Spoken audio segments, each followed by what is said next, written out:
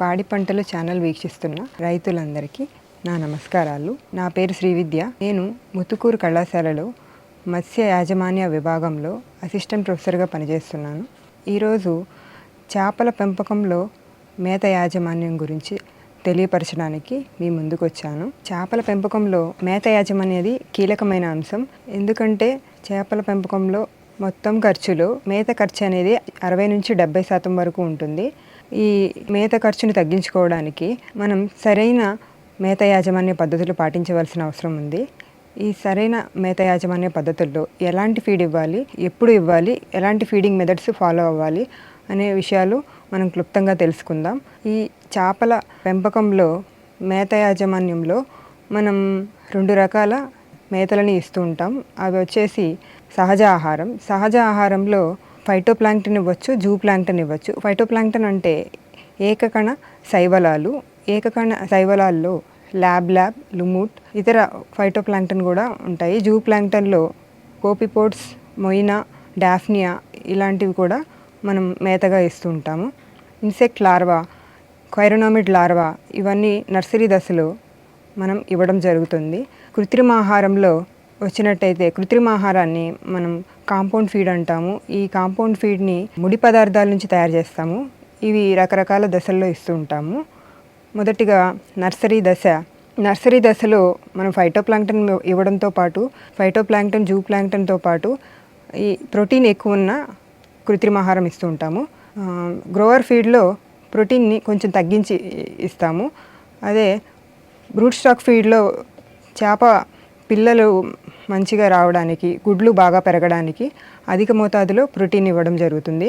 కృత్రిమ ఆహారంలో చూసినట్టయితే మనం వేరుశనగ చెక్క, ఇంకా తవుడు, సోయాబీన్ మీల్, ఇంకా ఇతర ఆలుగడ్డ అదనపు ఆహారం లాంటివి కూడా మనం వాడుకోవచ్చు. అదనపు ఆహారంలో ప్రోటీన్లు అనేవి ఎక్కువగా ఇస్తూ ఉంటాం. 25 నుంచి 30% వరకు ప్రోటీన్ ఇస్తాము. కార్బోహైడ్రేట్స్ 30 నుంచి 40%, అలాగే లిపిడ్స్ అనేవి 15% వరకు ఇవ్వడం జరుగుతుంది. ఇందులో స్వల్ప పరిమాణంలో ఇవ్వవలసిన పదార్థాలు వచ్చేసి విటమిన్స్ మరియు ఖనిజాలు. Central institute of fresh water aquaculture వాళ్ళు పరిశోధన చేసి కొన్ని రకాల ఆమోదించిన ఫీడ్ ఇంగ్రీడియంట్స్ అనేవి చెప్పడం జరిగింది. వీటిలో కార్ప్ చేపలకు ఎలాంటి ఫీడ్ ఇంగ్రీడియంట్స్ ఇవ్వాలి అంటే వేరుశనగ చెక్క, తవుడు, సోయాబీన్ మీల్, చేప మీల్, విటమిన్ మినరల్ మిశ్రమం, ఆస్కార్బిక్ ఆమ్లం. వేరుశనగ చెక్క 35%, తవుడు 38%, సోయాబీన్ మీల్ 20%, చేప మీల్ 5%, విటమిన్ మినరల్ మిశ్రమం 1.5%, ఆస్కార్బిక్ ఆమ్లం 0.5%లో మనం ఈ కార్ప్ చేపలకి, పెద్ద చేపలకి ఇస్తూ ఉంటాము. అదే క్యాట్ ఫిష్లో, పంగాస్ చేపల్లో చేప మీల్ 20%, మాంసం మరియు ఎముకల పొడి 15%, వేరుశనగ చెక్క 25%, మొక్కజొన్న పిండి 20%, మొలాసిస్ 4%, విటమిన్ మినరల్ మిశ్రమం 1% ఇవ్వవచ్చు. ఇదే రకంగా ఇంకొక మోతాదులో కూడా మనం పెరిగే దశలో క్యాట్ ఫిష్లకి ఇవ్వచ్చు. సోయాబీన్ పిండి 45%, పగుళ్ళ బియ్యం 20%, బియ్యం పొట్టు 15%, మొక్కజొన్న పిండి 10%, చేప పిండి 6%, చేప నూనె, బియ్యం పొట్టు నూనె 3%, విటమిన్ మరియు ఖనిజాల మిశ్రమం 1% ఇవ్వవచ్చు. ఇలా కృత్రిమ ఆహారం మంచినీటి చేపల్లో అయినటువంటి కార్ప్ చేపలు మరియు క్యాట్ ఫిష్లకి ఇవ్వడం జరుగుతుంది. ఈ చేపలకి మనం ఎంత మోతాదులో ఇవ్వాలి, ఎలాంటి ఫీడ్ ఇవ్వాలి, ఎప్పుడు ఇవ్వాలి అనేది చూసుకున్నట్లయితే కృత్రిమ ఆహారం అనేది వేరుశనగ చెక్క మరియు తవుడు ఈ 2 1:1 నిష్పత్తిలో చేపల యొక్క శరీర బరువుకి 1 నుంచి 3% వరకు ఆహారం ఇచ్చినట్లయితే మంచి ఫలితాలు చూడవచ్చు. చేపలకి ఉదయం సమయంలో మేత ఇవ్వడం అత్యంత ఉత్తమం. రోజుకి 2 సార్లు మేత ఇవ్వవచ్చు.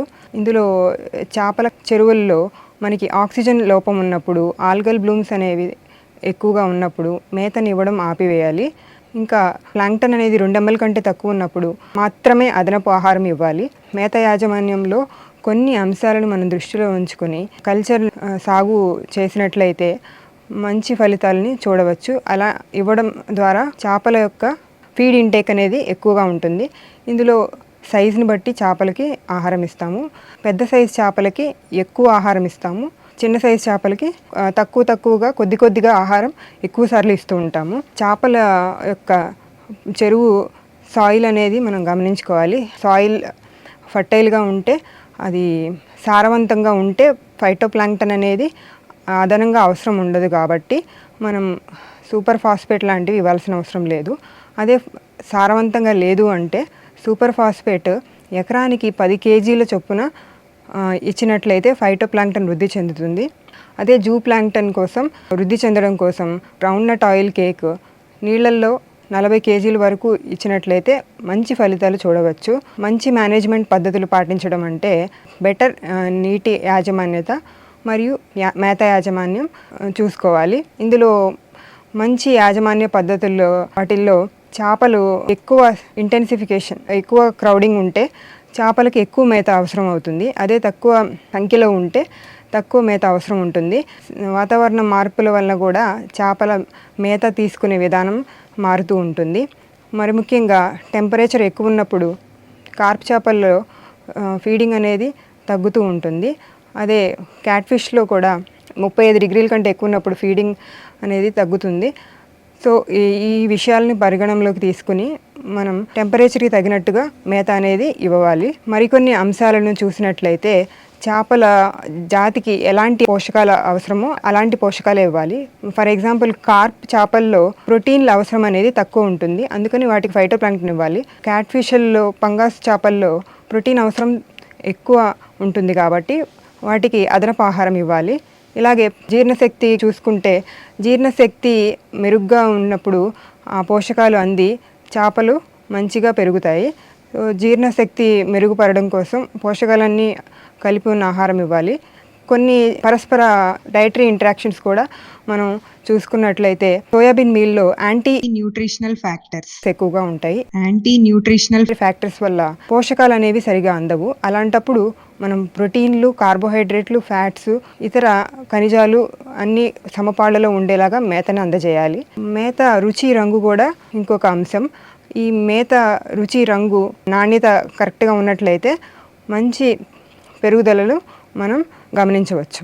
మేతని నిల్వ చేయడం అనేది చాలా అత్యంత అవసరం. అయితే ఈ నిల్వ సమయంలో చూసుకున్నట్టయితే మరికొన్ని నష్టాలు అనేవి చవిచూస్తాం. వాటిలో సూక్ష్మజీవుల వల్ల వచ్చే నష్టం, ఇంకా పురుగుల వల్ల కలిగే నష్టం, ఇలా ఆక్సిజన్తో ప్రతిచర్య జరిగి ర్యాన్సిడ్ స్మెల్ వచ్చి చేపల మేత అనేది పాడవడం జరుగుతుంది. ఇలాంటి నష్టాలన్నీ మనం చేపల నిల్వ చేసే సమయంలో చూస్తూ ఉంటాం. అందుకనే నిల్వ చేసేటప్పుడు ఫంగల్ గ్రోత్ ఇలాంటివన్నీ కూడా ఉన్నాయా లేదా అని మనం గమనించుకుంటూ ఉండి చేపలకు మేతనివ్వాలి. చేపల మేత యాజమాన్యంలో ముఖ్యమైన అంశాలు చూసుకున్నట్లయితే ఎఫ్సిఆర్ అనేది కరెక్ట్గా ఉండాలి. ఎఫ్సిఆర్ అంటే చేపలు ఇచ్చిన మేతకి ఎంత పెరుగుతున్నాయి అన్నదాన్ని ఎఫ్సిఆర్ అంటాము. ఈ ఎఫ్సిఆర్ 1.5 ఇంతకంటే తక్కువ ఉన్నట్లయితే మనం మంచి గ్రోత్ని చూడవచ్చు. యూనిట్ ధర కూడా ఇంకొక ముఖ్యమైన అంశం. యూనిట్ ధర అంటే 1 కేజీ మేతకి ఎంత ఖర్చు అవుతుంది అనే దాన్ని యూనిట్ ధర అంటాము. 1 కేజీ ఖర్చు తెలుసుకున్నట్లయితే మొత్తం కల్చర్లో ఎంత ఖర్చు అవుతుంది అనేది తొందరగా మనకి అవగాహన తెలుస్తుంది. దానివలన మనం ఖర్చు నియంత్రించుకునే అవకాశం ఉంటుంది. చేపల మేతని ఎక్కువగా వృధా కాకుండా చూసుకోవాలి.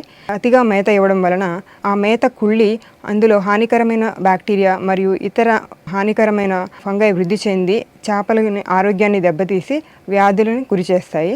అందుకనే పరిమాణం చాలా ముఖ్యమైనది. ఎంత మోతాదులో మేత ఇస్తామో దాన్ని బట్టి చేపల యొక్క గ్రోత్ అనేది ఆధారపడి ఉంటుంది. చేపల మేతలో అన్ని పోషకాలు, ప్రోటీన్లు, కార్బోహైడ్రేట్లు, ఫ్యాట్లు, ఇలా అన్ని పోషకాలు అందేలాగా చూసుకోవడం చాలా ముఖ్యమైన అంశం. చేపల యొక్క కృత్రిమ ఆహారం బదులుగా న్యాచురల్గా సాంప్రదాయ సిద్ధమైన ఆహారం కూడా ఇవ్వవచ్చు. వీటిల్లో ప్లాంక్టన్ మరియు పౌల్ట్రీ వేస్ట్ కూడా ఇవ్వవచ్చు. దీనివల్ల ఖర్చు తగ్గించుకున్నట్టు ఉంటుంది, లాభాలు కూడా వచ్చే అవకాశాలు ఉంటాయి. అయితే నీటి నాణ్యత కూడా చూసుకుంటూ ఉండాలి. నీటి కలర్ చాలా ముఖ్యమైన రోల్ ప్లే చేస్తుంది. నీటి రంగు అనేది ఆకుపచ్చ రంగులో ఉంటే మంచి ప్లాంక్టన్ వృద్ధి చెందుతుంది. నీటి రంగు అనేది ముదురు ఆకుపచ్చ రంగులో ఉంటే ప్లాంక్టన్ ఎక్కువగా ఉన్నట్టు. అదనపు ఆహారం ఇవ్వడం అనేది తగ్గించాలి. అలాంటప్పుడు మేత ఖర్చుని తగ్గించుకున్నట్టు ఉంటుంది, చేపల పెరుగుదల కూడా బాగుంటుంది. ఇంకా చెరువులో ఎటువంటి కలరు లేకపోతే ప్లాంక్టన్ కోసం మనం సూపర్ ఫాస్ఫేట్ ఇంకా గ్రౌండ్ నట్ ఆయిల్ కేక్ ఇచ్చినట్టయితే ఫైటోప్లాంక్టన్, జూప్లాంక్టన్ సరిగ్గా వృద్ధి చెంది చేపలో ఫైటోప్లాంక్టన్ తినడం వల్ల అన్ని పోషకాలు అంది సరైన గ్రోత్ అనేది చూస్తాము. ఇంకా మనం చేపల ఫీడింగ్ విధానాల్లో మరి ముఖ్యంగా చిన్న చేపల చెరువులకి మనం చేత్తో జల్లి ఇస్తాము. అదే పెద్ద చేపల చెరువులకైతే ఆటోమేటిక్ ఫీడర్లు ఇవ్వడం, ఇంకా చేపల యొక్క మేతని సంచుల్లో కట్టి ఇవ్వడం చేస్తుంటాము. అలా సంచుల్లో కట్టి ఇవ్వడం వల్ల అన్ని రకాల చేపలు ఈ మేతని తింటాయి. దీనివల్ల చేప మేత అనేది వృధా అవ్వకుండా ఉంటుంది. ఆటోమేటిక్ ఫీడర్లో ఇంటెన్సివ్ కల్చర్లో ఎక్కువగా వాడడం జరుగుతుంది. రికార్డ్ కీపింగ్ చేయడం వలన మేత ఎంత అవసరం అయింది, ఎంత ఖర్చు, ఇలాంటి లెక్కలన్నీ కూడా మనం చూసుకోవడం వలన ఆరోగ్య సమస్యలు రాకుండా చేపల యొక్క గ్రోత్ని పరీక్షించవచ్చు. చివరగా మనం చేపల యొక్క ఆరోగ్యం ఎలా ఉంది, వినియోగదారుల సమస్యలు, ఇంకా మనం సీవేజ్ ఇలా కుళ్ళిన ఆహారం ఇవ్వడం వలన వినియోగదారుల యాక్సెప్టెన్స్ అనేది తగ్గుతుంది. సో ఇలాంటివన్నీ చూసుకోవాలి. ఇంకా యాంటీబయాటిక్ అవశేషాలు కూడా చేపల యొక్క వాటిల్లో లేకుండా చూసినట్లయితే చేపల కల్చర్లో మరింత ఆరోగ్యవంతమైన పంట మనం చూడవచ్చు. ఇలా బెటర్ మేనేజ్మెంట్ ప్రాక్టీసెస్ ఫాలో అవ్వడం వల్ల చేపల ఆరోగ్యం బాగుంటుంది, గ్రోత్ బాగుంటుంది. తక్కువ FCRతో మనకి పంటలో లాభాలు అనేవి చవి చూస్తాం. ఈ అవకాశం ఇచ్చిన పాడి పంటల ఛానల్ వాళ్ళకి నా ధన్యవాదాలు.